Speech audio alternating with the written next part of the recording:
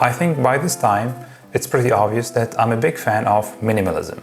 I started this habit a few years ago and it did nothing but improving my life. But minimalism is not simply about owning less material things. It also regards the clutter that we as professional workers like to hoard in our mind. Minimalism is also about the value attached to things and feelings. Whenever a task, a feeling, or even a judgment is holding you back, you have to let it go. It is known to improve focus and attention at work or even at school. So being a minimalist also means decluttering your mind. A first step to take that I have already mentioned in a previous video is to start writing things down. But not only that, I will add to this forgiving and letting go of these judgmental thoughts that you are holding.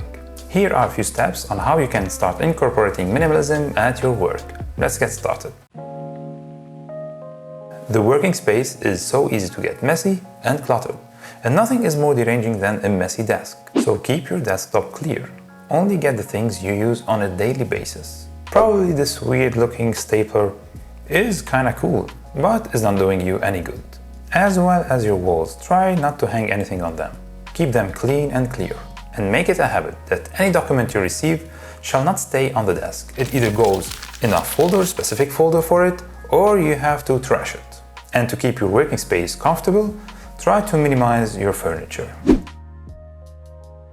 Having a routine is undoubtedly beneficial. It helps you avoid mind clutter by creating a systematic approach to anything. You don't have to think about the next step because you already have a routine on how to tackle every problem. Creating a systematic approach and having a routine helps minimizing mistakes and errors.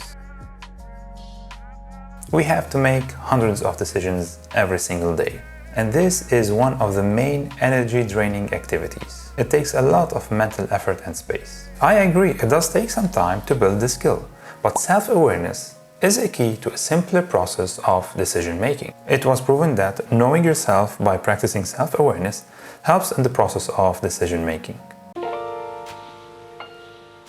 Even if you have decluttered a lot of your material belongings, if they are not organized, they can still hold your progress back. What I mean by this is to organize anything needed for a certain project. You start by organizing your work bag, your laptop, or even some applications needed, and you work all the way up to the main project itself.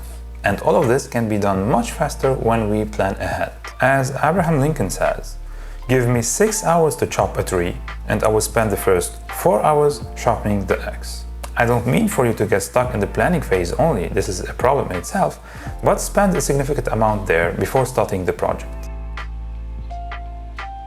Finally, whatever tips you want to try to do, whether it's about minimalism or something else, if you don't have some passion for your work, nothing can make it likable. Work can be tiring and tough sometimes, but if you love it, with these minimalistic habits, you can have a better focus and be more efficient. And most importantly, don't worry about the future problems or the future projects you're gonna have. It will put an unnecessary pressure on you.